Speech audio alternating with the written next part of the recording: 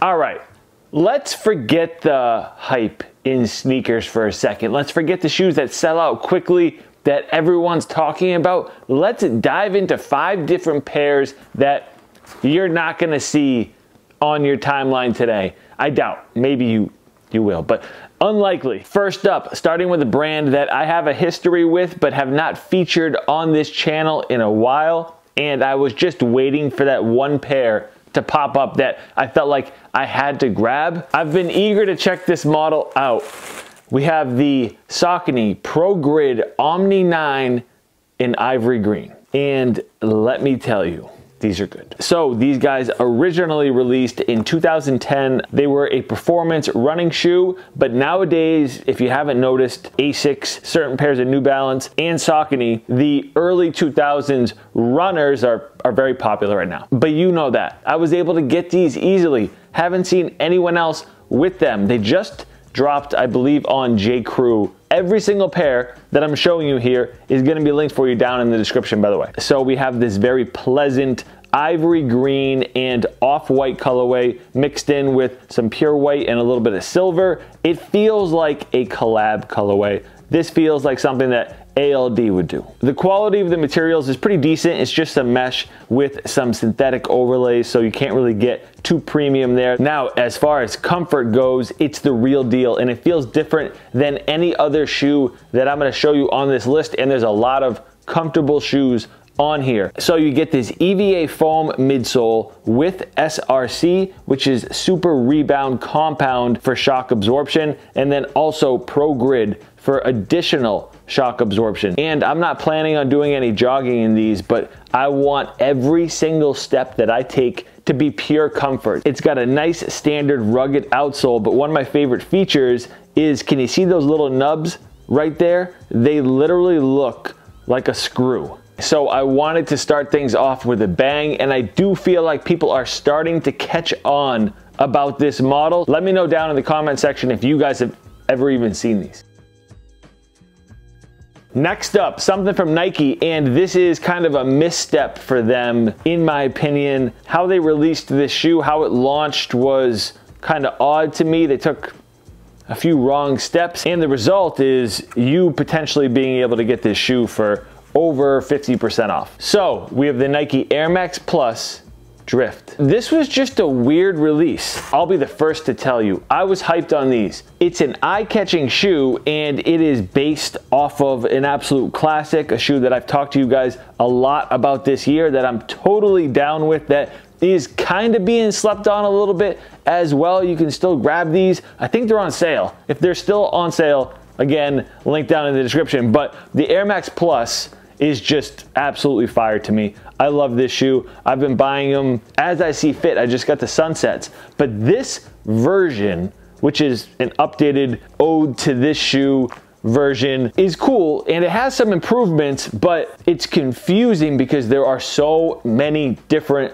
wild colorways that they dropped for this shoe. You're shopping and you're like, okay, that's a color combination I haven't seen, that might work. You go to the next shoe, same exact thing. Go to the next shoe, same exact thing. And all of a sudden it's like, how am I even making a choice here? And you just go on to something else. So it was just kind of weird how they dropped these. But one thing that they did improve on is the fit and the comfort. This pair right here for Air Max is pretty damn good. The air feels more responsive, the midsole seems softer, and then it's wider in the toe box. It's also heavier. It feels like a boot. It has more of a utility feel. So if you want kind of a flashy, eye-catching Air Max shoe under $100 that has the value of something that is close to $200, right here.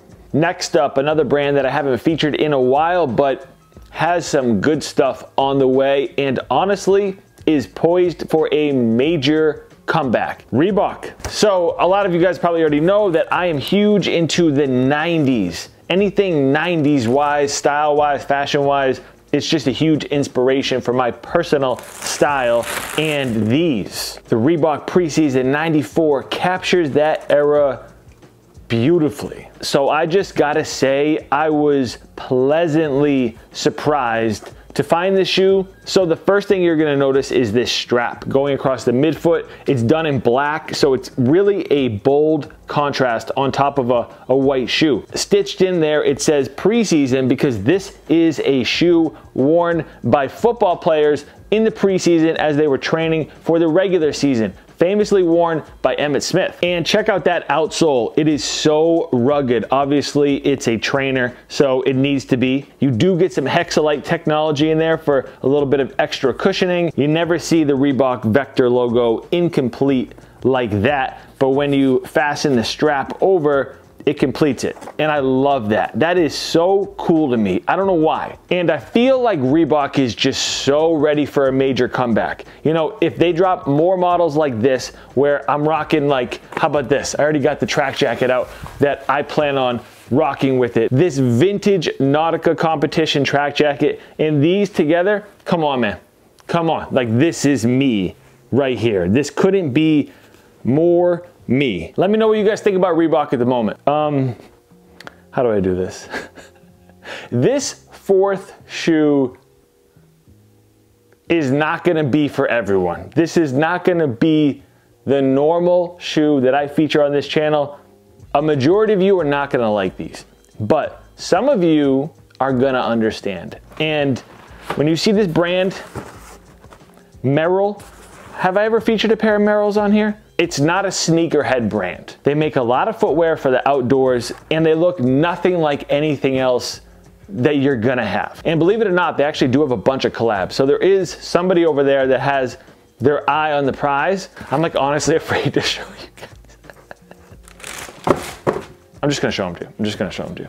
We've got the Merrell Mock 3. Okay, first things first. Chances are you've been in Dunkin' Donuts or Honeydew Donuts and you've seen an elderly gentleman sipping on a small black hot coffee that he just bought with his senior citizens discount for 98 cents. He's reading the paper, his legs are crossed, he's sitting at a two-person table, and he's got these Merrells on feet. So now that we have that established, I do think that you can pull these off. I do think there are ways in which you can style this shoe and it's gonna be different than anything else that you have. So it's a slip-on design. You don't have to lace it up or anything. You just toss them on and go. And the materials are really nice. This is a pigskin suede leather that is waterproof. It has a rugged outsole. So when the weather's not so great, you can throw these on. They feel almost like a boot on the outsole, but they wear like a sneaker. They did not send these to me. They did not pay me to talk about these, nothing like that. I genuinely like this shoe. They fit true to size. They also let your toes move around a little bit. And there is a little bit of color on here, that little hacky sack color hit on the back, it's there. Next up, let's get back into some Nikes. And this shoe is borderline hype because the first pair that dropped sold out quickly. They were hard to get. A lot of people were excited about it. And then this pair released and it was kind of crickets. So I have a few ideas as to why that is, but I still feel like there's not much hype for this shoe at all because you can still buy it right now for retail. And can I just say that this is the best Nike box. Please use this going forward.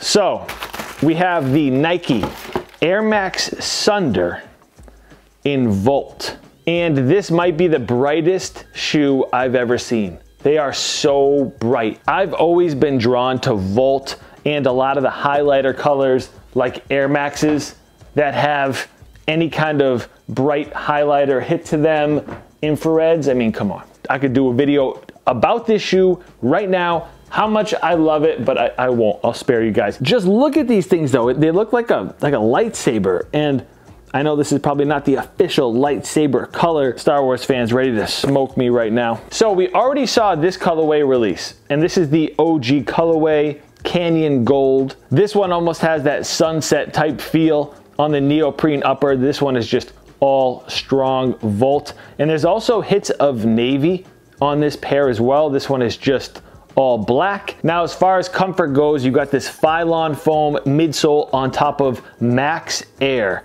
and you can definitely feel both of them. On feet, they feel awesome. That is one of the biggest questions I got in my Instagram DMs when I started rocking these things was, what's the comfort like? What's the comfort like? What's the sizing like? They do fit snug, in my opinion. Both of these are a women's release, but they have the extended sizing.